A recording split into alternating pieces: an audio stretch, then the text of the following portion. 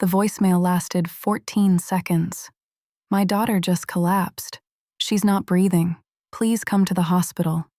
I remember standing in my kitchen shaking so hard I could barely hold the phone.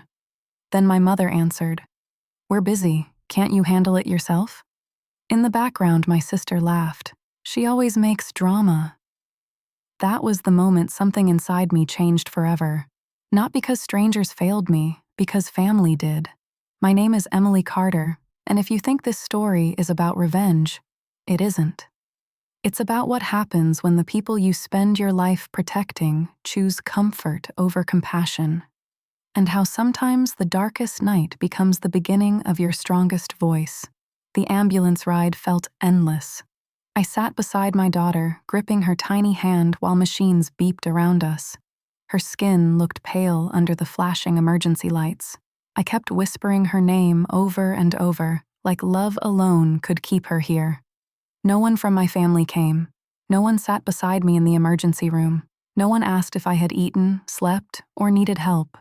Hours later, after doctors stabilized her, I stepped outside the hospital for air. That's when my phone buzzed, a new social media post.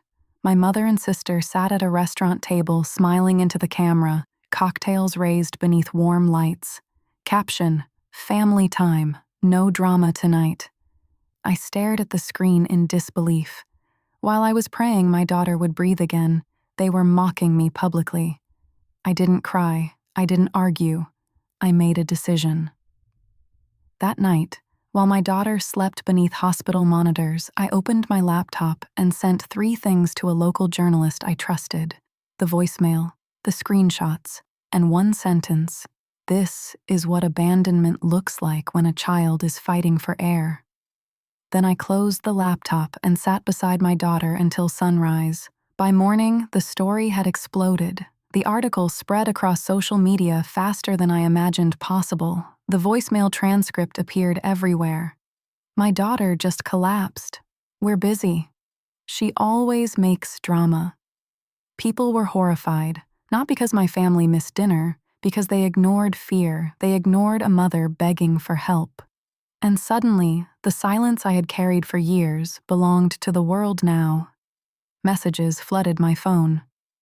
"You're not alone. We would have shown up. Your daughter deserves better." For the first time in years, strangers gave me more compassion than my own family ever had. But my mother wasn't concerned about my daughter. She was concerned about appearances. At 12:03 p.m., she left a voicemail. "Emily, do you realize what people are saying about us?" About us. Not my child, not the hospital, not the fear, their reputation. That was the moment I truly understood something painful. Some people only value family when family protects their image. My sister texted minutes later, "Delete everything. You're humiliating us." Humiliating them? No. I simply stopped protecting them from the consequences of their own choices. That afternoon, reporters gathered outside the hospital. I stood in the courtyard exhausted, emotionally numb, hair tied back without makeup or sleep. And when the cameras turned toward me, I said something simple. I asked for help. My daughter couldn't breathe. They chose not to come. No screaming, no insults, just truth. That clip aired across local news stations that evening beside their smiling restaurant photo. The contrast said everything. While one mother sat beside a hospital bed praying, others raised glasses and laughed. By the 3rd day, the story had gone national. Morning talk shows discussed emotional neglect. Parenting groups shared my interview. Thousands of people began posting stories of abandonment during medical emergencies, family crises, and moments of desperation. And suddenly, something bigger than my pain started forming. A conversation, a movement. Because it turned out I wasn't the only person who had ever been left alone when it mattered most. Meanwhile, my family panicked. My mother stopped attending social events. My sister locked her social accounts. Neighbors whispered, friends distanced themselves. But I stayed quiet. I didn't need revenge. The truth was already doing the work.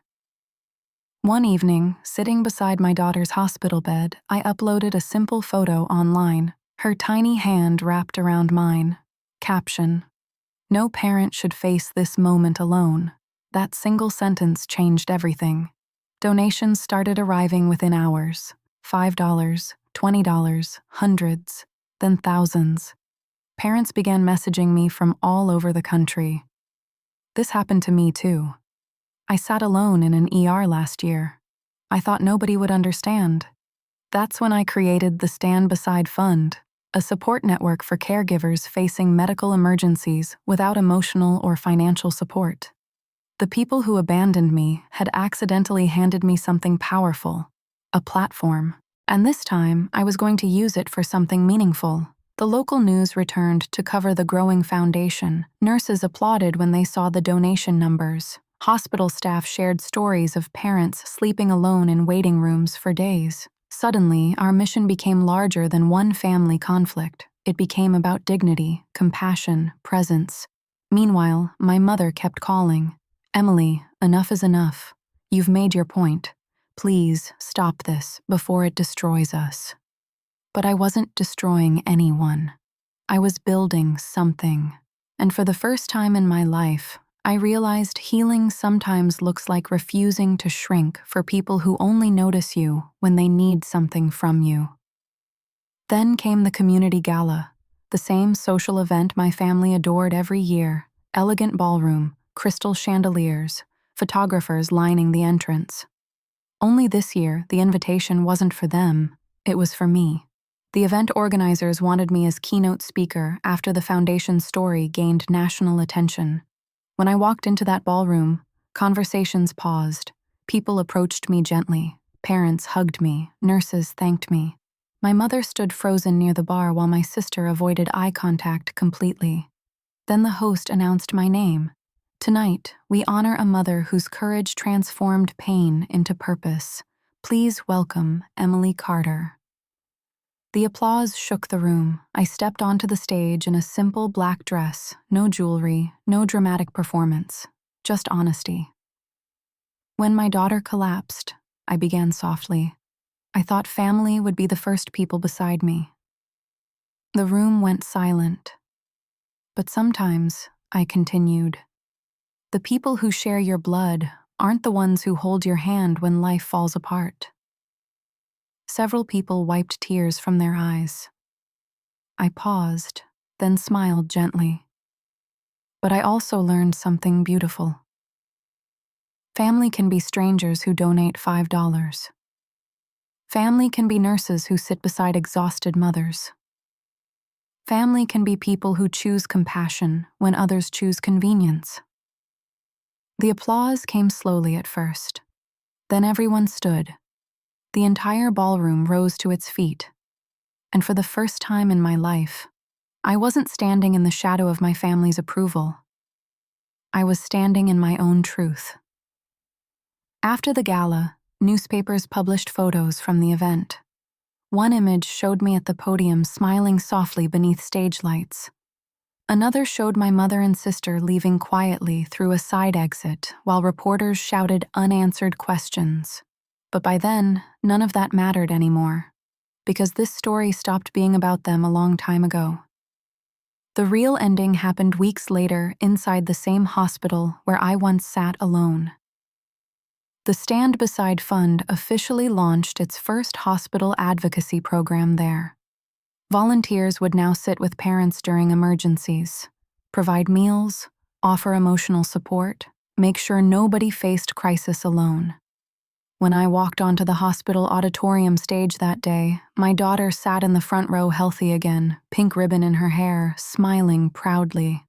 And suddenly, every painful moment felt worth surviving. I looked out across the audience and spoke from the heart. "The night my daughter collapsed, I thought I was abandoned," I said. "But now I understand something. Pain can isolate you, or it can introduce you to people who remind you what humanity still looks like." Applause thundered through the room. Doctors stood, nurses cried, parents hugged each other. And in that moment, I realized something my family never understood. Love is not measured by who shares your last name.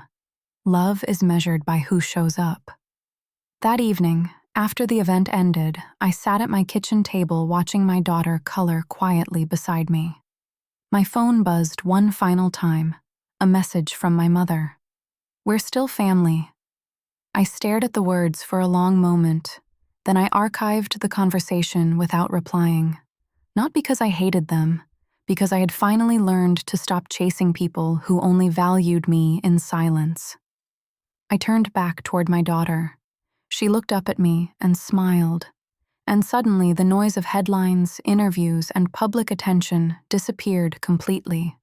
Because this was the real ending.